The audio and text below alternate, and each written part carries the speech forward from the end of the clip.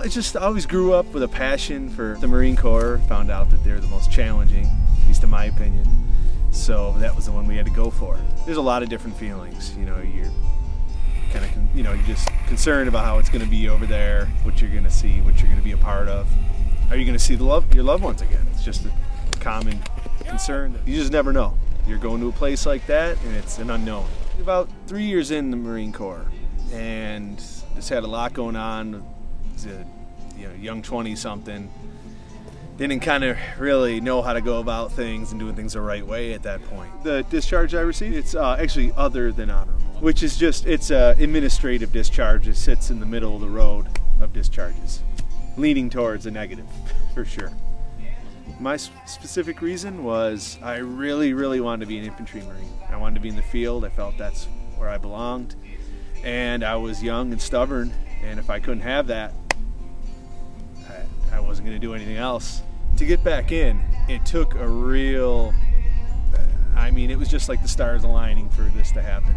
I was able to write a letter and influence the guys at Headquarters Marine Corps to change their mind to give me a shot, and that all happened, which is really, an amazing thing.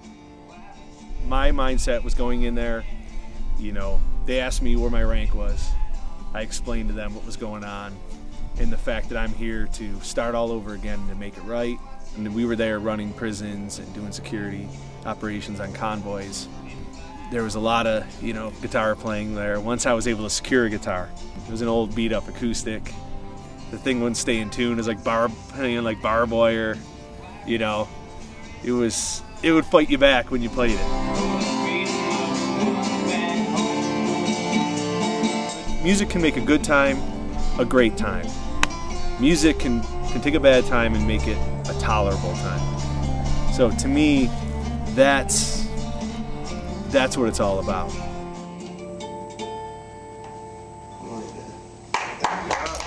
Well, right after that, I had a house with my cousin and a buddy down in Huntington Beach. It's like any artist will tell you, any musician, any actor, any painter. Money's usually really hard to come by. Stability, relationships. Someone wants a nice stable thing. Those are fields and professions that are anything but stable. Music lessons, unfortunately, to a lot of families, rank at the bottom. There was times when I was in the airport and, got a call on the phone, a couple students were quitting, and you're down to your last dollar, and that was real tough. And I'm definitely not the only musician that's lived out of his truck, but I've definitely had that moment. I even had my truck broken into where they took all my music stuff. When I was living out of it, it's like breaking into my home. So then you just look and say that can't touch me, that can't break me, that can't stop me. It's kind of a cool challenge too, because you can be tested, come through it, and I think you become a lot tougher from it. I think it gives you more attitude, more edge, more grit, and more drive. We did a couple shows down at 29 Palms where I trained for the Marine Corps, played for the Marines. That was really cool. Then we did the Viper Room show, went really well. I needed the live outlet. I needed to channel a lot of the what was in here for me through a band. Weapon X, I look at it, there's a lot of military theme, but it's really an underdog. I look at it, it's an underdog band. It'd be a huge dream to be able to get the Music Academy going better, and to maybe have something to do with a private military company of some kind. Keeping the music and the military, the passion and everything that's meant the world to me.